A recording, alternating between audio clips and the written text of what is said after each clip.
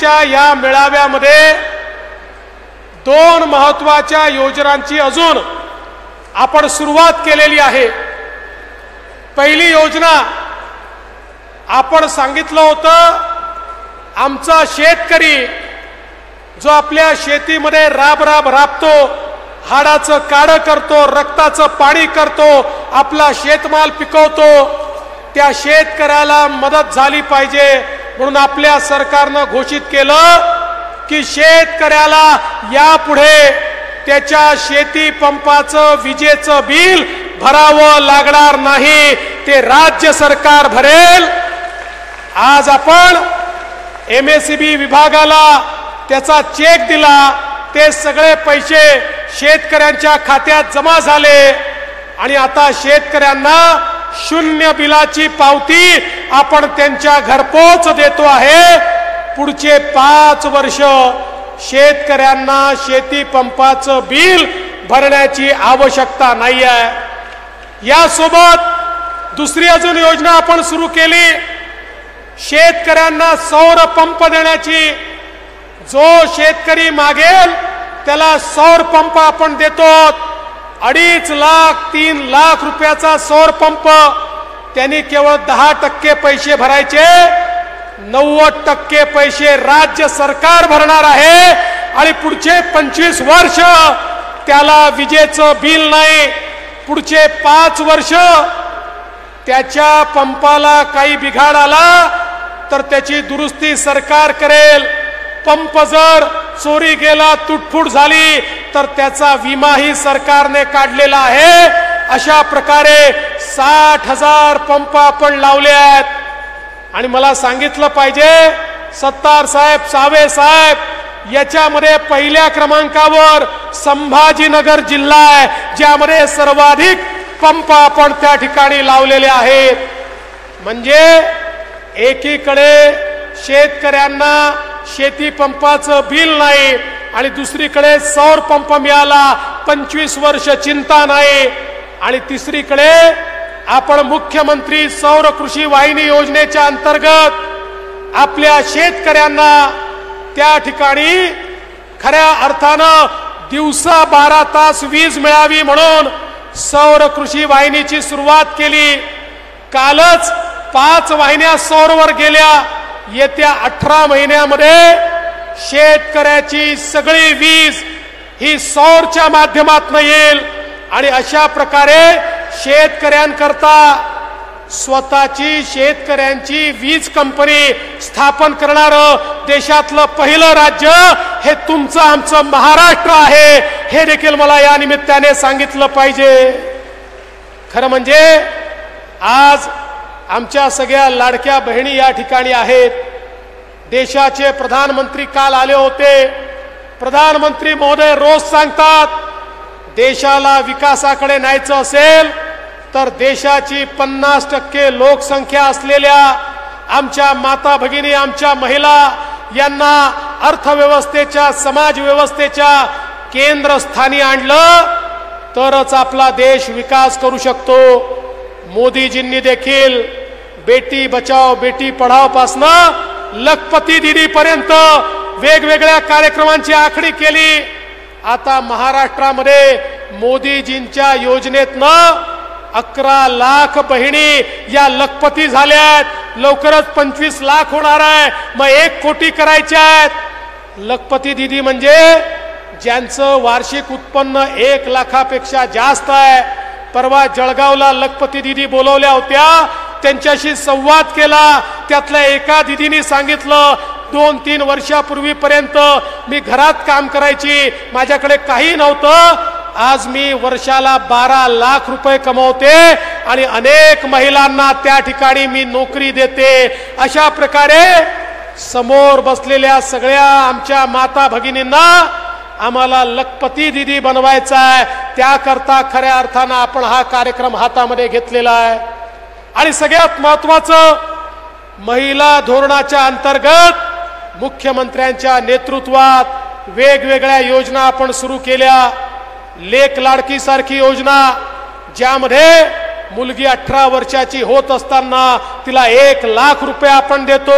जन्माला आली की 5,000 रुपये, 1 वर्षाची पहिलीत गेली की 5,000 रुपये, चौथीत गेली की 7,000 रुपये, असे 1 लाख रुपये आपल्या मुलींना देण्याचा निर्णय हा आपल्या सरकारने घेतला. दुसरा निर्णय आपण घेतला, आपल्या महिलांना, आमच्या बहिणींना एसटी मध्ये अर्ध्या तिकिटात प्रवास करण्याची आपण गेले 1.5 वर्ष व्यवस्था करून दिली. ज्यावेळी आम्ही घोषणा केली, एसटीचे लोक मुख्यमंत्र्यांकडे, दादांकडे, माझ्याकडे आले, म्हणाले अहो अर्ध्या तिकिटात प्रवास केला, एसटीचं दिवाळं निघेल, एसटी डबघाईसील.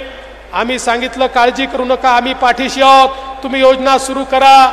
महिन्याभरापूर्वी मुख्यमंत्र्यांकडे बैठक झाली, तेच एसटीचे लोक म्हणाले अरे इतकी चांगली योजना तुम्ही आणली, आता इतक्या महिला प्रवास करतात की आमची तोट्यात असलेली एसटी आता फायद्यामध्ये आली. एवढा महिलांनी आमच्या एसटीला प्रवास करून मदत केली आहे. मी पण थोडी माहिती काढायचा प्रयत्न केला, ही कशी काय फायद्यामध्ये आली.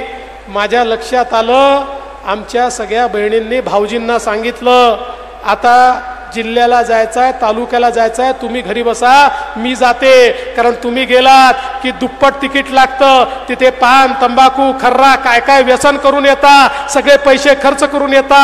मी गेली तर अर्ध्या पैशामध्ये पैसे वाचवून येते.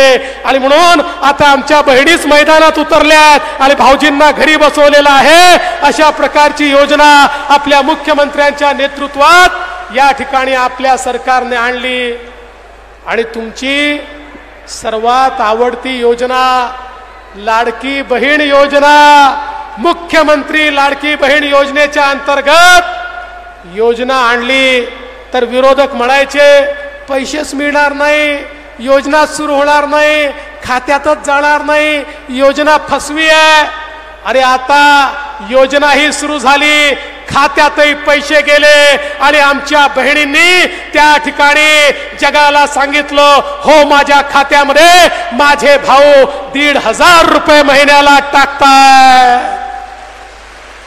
पण बहिणींनो, तुमच्या खात्यात पैसे गेल्याचा आनंद आम्हाला होतोय, पण तुमच्या सावत्र भावांना तो आनंद होत नाहीये. तुमचे काही सावत्र भाऊ कोर्टामध्ये गेले, हायकोर्टात गेले, हायकोर्टामध्ये जाऊन सांगतायत ही लाडकी बहीण योजना बंद करा, ही पिंक रिक्षाची योजना बंद करा, ही लेक लाडकीची योजना बंद करा, मुलींना मोफत शिक्षण दिलं त्याची योजना बंद करा, सगळ्या योजना बंद करा. आणि कारण काय सांगतात, म्हणतात पैशाचा चुराडा चाललाय म्हणून योजना बंद करा. आणि कोण आहेत हे लोक? कोर्टात गेले आहेत अनिल वडपल्लीवार. हे अनिल वडपल्लीवार कोण आहेत? काँग्रेसचे अध्यक्ष नाना पटोले आणि काँग्रेसचे माजी मंत्री सुनील केदार यांचे अधिकृत निवडणूक प्रमुख हे त्या ठिकाणी कोर्टामध्ये तुमच्या विरोधात गेलेले आहेत. आणि म्हणून या सावत्र भावांपासून तुम्हाला सावध राहावं लागेल. हे सांगतात आमचं सरकार येऊ द्या, आम्ही ही योजना बंद करू. अरे आमच्या पाठीशी एवढ्या बहिणी असताना तुमचं सरकारही येणार नाही आणि तुमचे मनसुबे आमच्या बहिणींची योजना बंद करण्याचे आम्ही कधी पूर्ण होऊ देणार नाही. त्यामुळे आज माझ्या बहिणींनो, या सगळ्या योजना सुरू ठेवण्याकरता तुमचा आशीर्वाद आमच्या पाठीशी हवाय. खूप करायचंय. आमच्या मुख्यमंत्र्यांच्या मनामध्ये, आमच्या सगळ्यांच्या मनामध्ये अनेक योजना अजून आहेत. शेतकरी असेल, महिला असेल, दीन दलित, गोरगरीब, आदिवासी, ओबीसी, महिला, अल्पसंख्याक सगळ्यांच्या जीवनामध्ये परिवर्तन घडवणाऱ्या योजना या आपल्याला या ठिकाणी केल्या आहेत आणि करायच्या आहेत. त्याकरता तुमचा आशीर्वाद सातत्याने आमच्या पाठीशी असू द्या. आज या मराठवाड्यामध्ये आपण आहोत. मराठवाड्याचं खरं म्हणजे दुष्काळी जीवन संपवण्याचा निर्णय आपल्या सरकारने घेतला आणि खऱ्या अर्थानं या ठिकाणी समुद्रात वाहून जाणारं पाणी, पश्चिमी वाहिन्यांचं पाणी, 55 TMC पाणी हे मराठवाड्यामध्ये आणण्याच्या योजनेला आपल्या सरकारने मान्यता दिली। आता मराठवाड्याचा दुष्काळ हा भूतकाळ होईल आणि पुढच्या 5-7 वर्षानंतर माझा मराठवाडा पाणीदार झालेला आपल्याला पाहायला मिळेल। आणि म्हणून जे आपल्या पाठीशी आहेत त्यांच्या पाठीशी उभा राहा। ज्यांनी कापूस सोयाबीनला मदत केली, ज्यांनी शेतकऱ्याला मदत केली, जे शेतकऱ्याच्या पाठीशी उभे आहेत अशा आपल्या भावांना तुमचा आशीर्वाद द्या एवढीच विनंती करतो आणि माझं बोलणं संपवतो। धन्यवाद। जय हिंद।